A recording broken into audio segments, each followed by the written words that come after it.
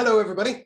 Rogers CSEP, the events man. Hey, so I've been working from home today, like many of us have been for a long time. I just wanted to have a little chat with my Hong Kong friends. The rest of the world is all opening up. Parties and events, they're happening all over. Hong Kong, well, we've been back into another lockdown. We're just coming out of our fifth wave and things are just starting to open up.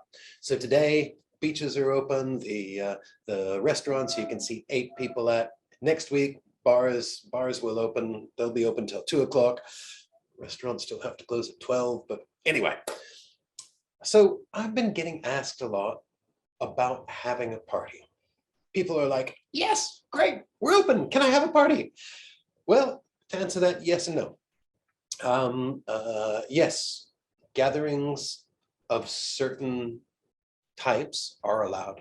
So banquets, you can have banquets in restaurants, but you're not allowed to have any entertainment stuff. So that means that you kind of, you go and you eat and that's about it.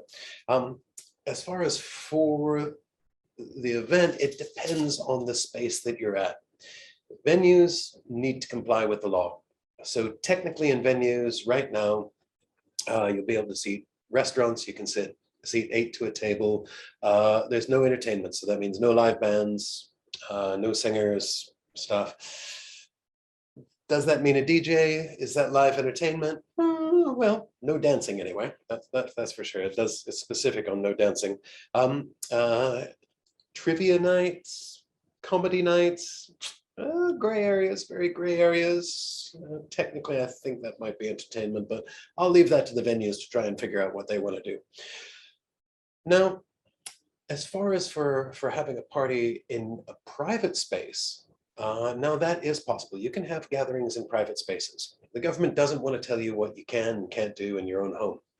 And I think a lot of it is, they obviously don't want to encourage larger gatherings. And I think they figure that for most people in Hong Kong, they live in really small spaces, so you're not going to fit a lot of people in there. But, that doesn't mean like so for, some warehouses, offices, for people that live in larger spaces. Well, you can have people over, can have a gathering. There's no kind of cap on numbers as far as I've seen. But the one thing that you want to look after is you want to make sure that you keep everybody safe. And by doing that, one of the main things as well that the government's looking at is they want to make sure that it's a private gathering. Now, what is a private gathering? So a private gathering is a gathering for family, for friends. It's, work colleagues. It's people that you know. If you're advertising on Insta or you're on Facebook and telling everybody to come, that's not really private. If you're charging money for tickets, that's not private, that's public. So when you're having an event, you want to be able to make sure that it's just for people that you know. As far as for charging for that event, well, if you're charging money for it, then it kind of becomes a public thing. I do know some people that are asking for donations to help to cover costs, but that's basically because they have a few of their friends around and they want to do something special, but obviously it's expensive, so they're just trying to cover some of their costs. Now, that is one way that you can do that. One of the other things that you want to make sure of is that when people do come, you want to make sure that you have a really good guest list and that you know who's coming and you've got contacts for all of them. The reason being is if somebody comes to your party and if somebody has COVID, whether they know it or not, maybe they're asymptomatic, if they then go to a doctor and then they register with the health department is going to do the contact tracing. When they start to do contact tracing, they're going to ask that person, where have you been?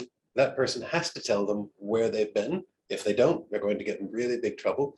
So they have to say that they've been at, your event. Then they're going to come to you and they're going to say, right, who all was at that event? And then you have to be able to give them a proper list of everybody that was coming. Ideally, you also want to be able to give the times that they arrived so that say, for instance, if the person that had COVID was only there from 7 till 8 p.m., if the guests that were there between 7 to 8 p.m., then that's going to be the only ones that are going to be considered close contacts.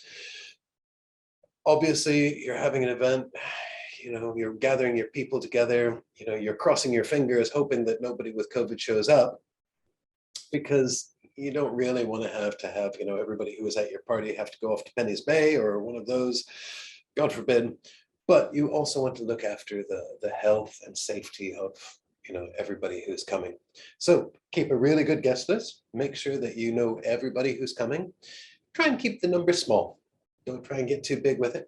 And if you are going to go bigger and you're going to go to another venue and such, make sure that you get some professional help in, because there's been a couple of cases in the news where they had birthday parties and they didn't really manage the guests very well. Some of them weren't wearing masks, some of them weren't using Leave Home Safe apps, and it caused a pretty big fallout. A lot of people had to resign from high posts and all of that sort of stuff. So make sure it's easy. It can get out of hand quite quickly, and at that time nobody even thought that anything could happen. But if they had somebody in there managing it, well, yeah.